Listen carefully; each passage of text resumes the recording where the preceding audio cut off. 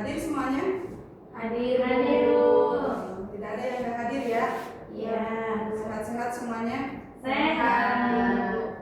Untuk memulai pelajaran kita baca doa dulu terlebih dahulu ya, agar pembelajaran kita dilancarkan dan dimudahkan oleh Allah Subhanahu wa Ta'ala. Untuk memimpin doanya ke ketua kelasnya ya. Berdoa dimulai.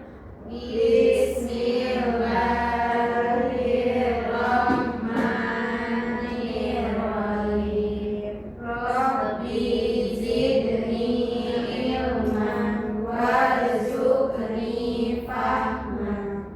Alhamdulillah. Nah, untuk selanjutnya mungkin Ibu sebelum menjelaskan materi yang akan Ibu sampaikan, Ibu akan bercerita dulu ya. Pada suatu hari, jika kalian itu mengadakan outbound atau camping dari sekolah ya. Nah, ini untuk bayangkan aja dulu ya sebelum kita pembelajaran ke materi yang akan Ibu sampaikan ya. Nah, kalian itu pergi ke gunung atau ke puncak. Nah, di situ itu cuacanya itu sangat dingin, 5 derajat Celcius, dan airnya juga sangat dingin.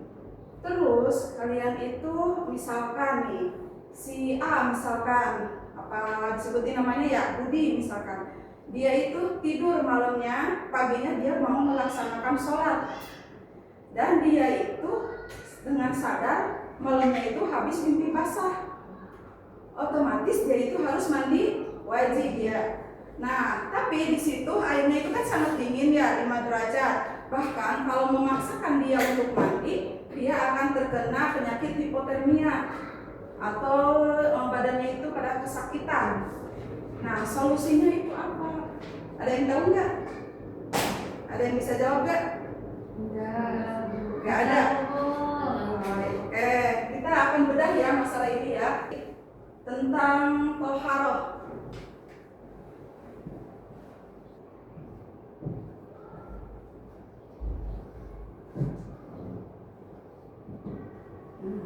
Ada yang tahu nggak toharoh artinya apa? Bersuci. Atau ada lagi? Bersih. Bersih atau bersuci. Nah, kenapa kita harus bersih? Nah, kenapa kita harus bersih? Karena ada hadis yang menjelaskan bahwa an-nadafatu minal iman. Kebersihan itu adalah sebagian dari iman. Dan kita juga itu harus bersih dari apa? Nah, Ibu akan jelaskan ya, ada 2 nih.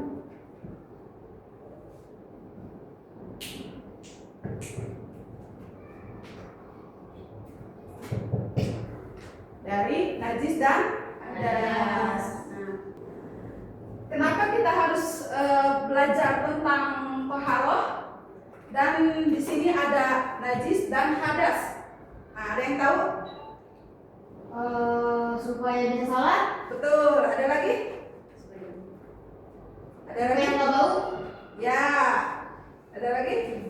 Gak ada ya. Nah, karena toharoh salah satunya syarat sah sholat itu harus bersih dari hadas dan najis, agar sholatnya itu menjadi sah dan agar sholatnya juga diterima oleh Allah. Nah, di sini najis terbagi menjadi 3.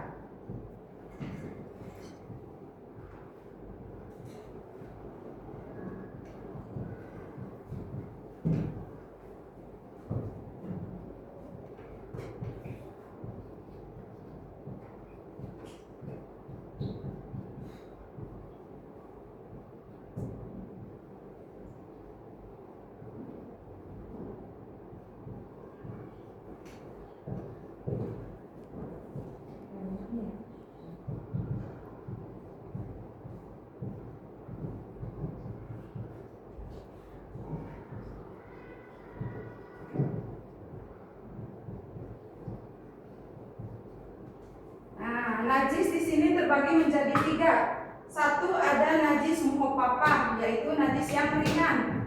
kedua ada najis mutawasitoh, yaitu najis yang sedang. Dan yang ketiga ada najis mugoladoh, yaitu najis yang berat. Nah, contohnya seperti apa? Kalau najis muhopapah yaitu najis yang ringan, contohnya itu seperti air kencing bayi laki-laki yang umurnya itu sebelum 2 tahun dan dia itu cuma minum air susu ibunya doang. Jadi cuma minum air susu ASI. Nah, cara membersihkannya itu dengan mencepratkan air saja. Nah, itu udah suci. Jadi najisnya itu disebutnya najis muhopapah, yaitu najis yang ringan. Dan yang kedua ada najis mutawasitoh, yaitu najis yang sedang. Apa contohnya? Nah, contohnya itu seperti air kencing kita. Nah, air kencing kita itu termasuk najis yang sedang, najis mutawasitoh. Dan darah, terus nanah. Nah, itu juga termasuk najis mutawasitoh. Ada lagi air khamar.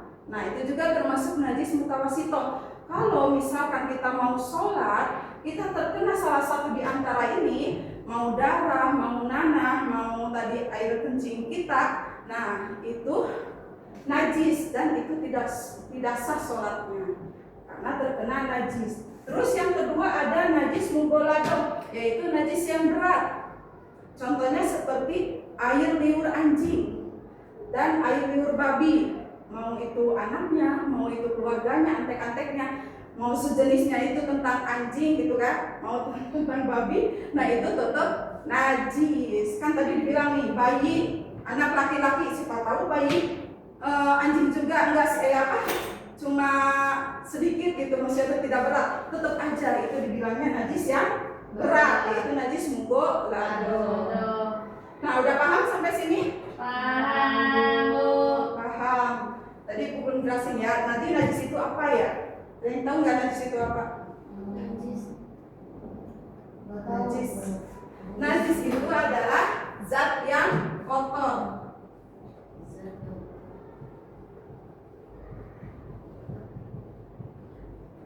Najis itu adalah zat yang kotor, zat atau benda yang kotor.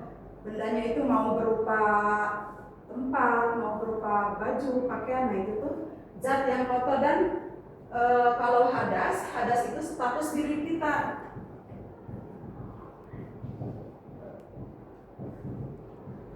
Nah, kalau hadas status diri. Mau lanjut gak? Masih semangat gak? Masih. Kita bikin dulu ya, biar gak ngantuk ya. Amin. Kalau Ibu bilang selamat pagi, tepuk tangannya 1 kali ya. Kalau Ibu bilang selamat siang, tepuk tangannya 2 kali. Kalau Ibu bilang selamat sore, tepuk tangan 3 kali. Kalau Ibu bilang selamat malam, itu tidak tepuk tangan. Oke? Mulai. Selamat pagi, selamat siang, selamat sore, selamat malam, selamat siang, selamat sore, selamat pagi, selamat siang. Alhamdulillah. Berarti masih pada fokus ya? Masih. Kita lanjut ya ke hadas.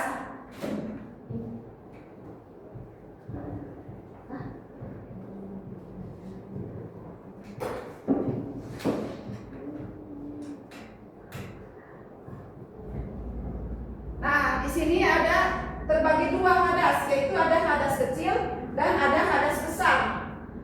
Apa itu hadas kecil? Hadas kecil itu contohnya seperti kentut, terus buang air kecil dan buang air besar, itu contohnya hadas kecil. Ketika kita mau sholat, mau melaksanakan sholat, tapi kita itu kentut, nah berarti kita itu harus wudu. Nah, cara membersihkannya itu dengan wudu. Terus yang kedua ada hadas besar. Kalau hadas besar, ada yang tahu?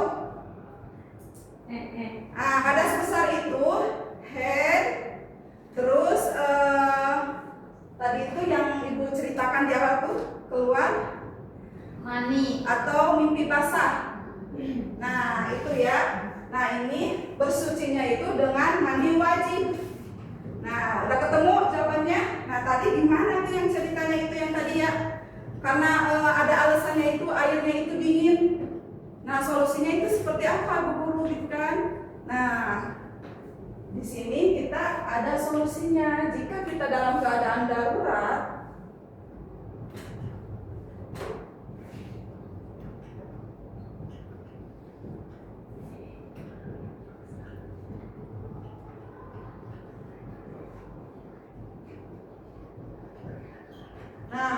jika kita dalam keadaan darurat atau seperti itu di perjalanan ya, terus kedinginan, nah itu dengan tayamum.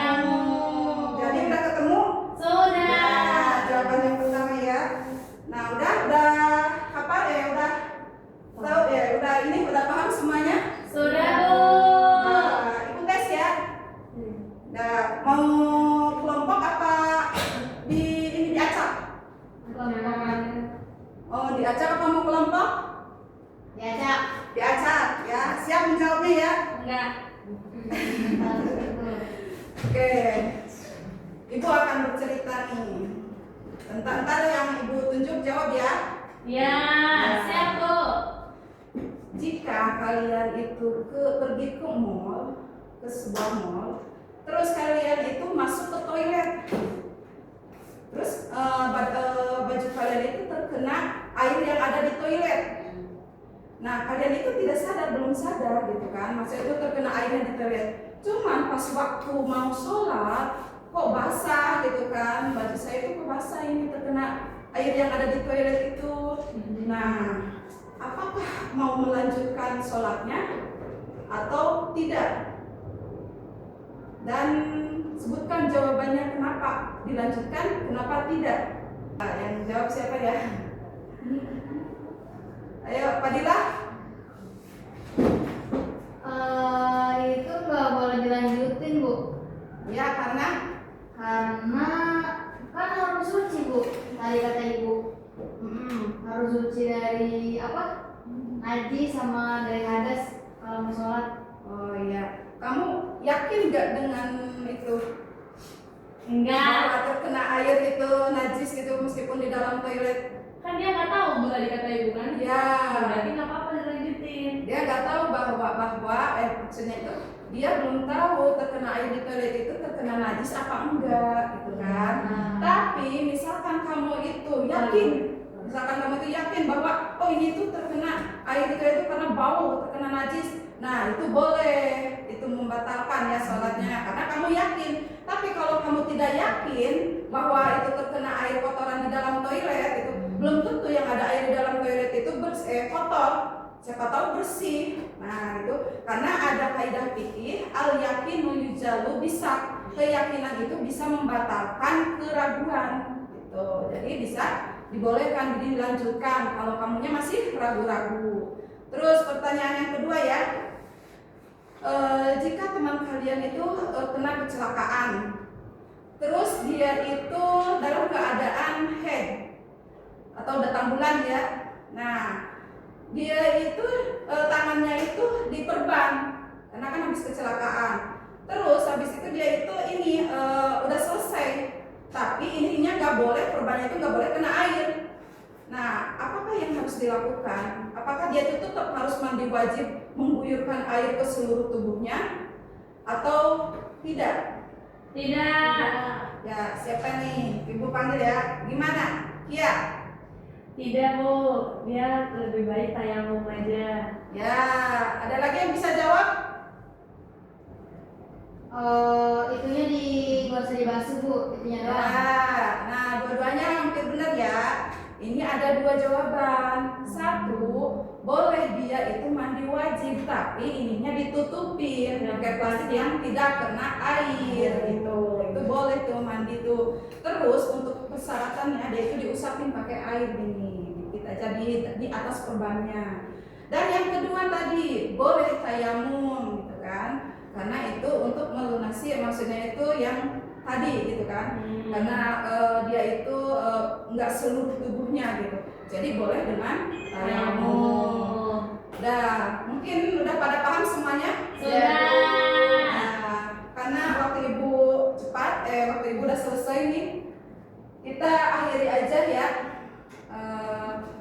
pembelajarannya. Mudah-mudahan kita semuanya bisa merealisasikan dalam kehidupan sehari-hari apa yang telah Ibu sampaikan tadi, dan mudah-mudahan bermanfaat untuk kalian. Amin. Nah, sebelum selesai kita baca doa dulu ya.